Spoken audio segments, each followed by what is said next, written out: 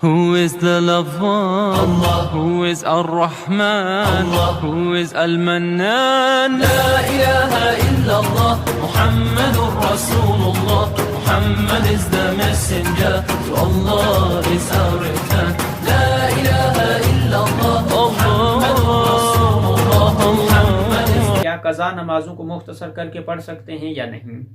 اور مستحبات کے لیے کیا حکم ہے، اور اس کے لیے جو ہے شرعی طور پر کیا حکم ہے۔ پہلی چیز تو یہ ہے کہ قضا نمازیں جتنی بھی ہیں جیسے انسان کی ہیں،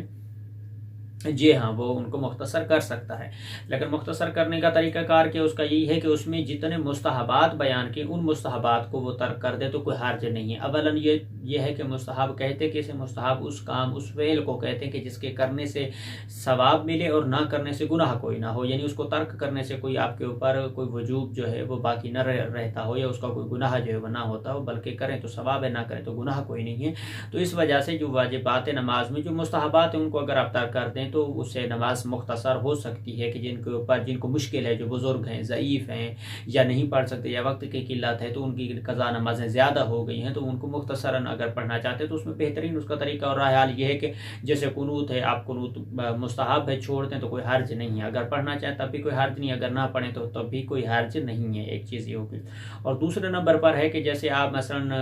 رکوع میں جاتے ہیں، سبحان ربی العظیم و بحمدہ رب صلی علی محمد و آل محمد، یہ آپ پورا پڑھتے ہیں تو یہاں پر آپ اگر ایک دفعہ سبحان اللہ کہہ دیتے ہیں تب بھی کافی ہے، ٹھیک ہے۔ اور اسی طرح سجدے میں جو ذکر پڑھا جاتا ہے پورا لمبا پورا درود کے ساتھ، وہاں پہ ایک دفعہ آپ سبحان اللہ کہہ دیتے ہیں، لیکن شرط یہ ہے کہ ضروری ہے کہ وہ صحیح سے ادا کیا جائے، وہ ایک دفعہ بھی، تاکہ آپ کو یقین اور اطمینان ہو کہ جو ہم نے یہ ایک دفعہ ادا کیا یہ صحیح ادا کیا ہے۔ تو اگر وہ آپ ایک دفعہ ہی ادا کر دیتے ہیں تو اسی سجدے میں رکوع میں آپ کا ایک دفعہ سبحان اللہ کہنا کافی ہے، یہ بھی اختصار ہو سکتا ہے۔ اس کے بعد آپ جب مابین دو سجدہ آپ ایک سجدہ کر کے آپ اٹھ کے بیٹھتے ہیں اور اس کے بعد دوسرے سجدے میں جاتے ہیں تو درمیان میں آپ ایک ذکر پڑھتے ہیں، استغفر اللہ ربی و اتوب الیہ، وہ بھی مستحب ہے۔ اگر آپ اس کو نہ پڑھیں اور آپ اللہ اکبر کہہ کے ہی سجدے میں چلے جائیں تو بھی آپ کا سجدہ جو ہے وہ درست ہے، اس میں کوئی قباحت نہیں ہے۔ اور اسی طرح سے ایک اور چیز ہے جو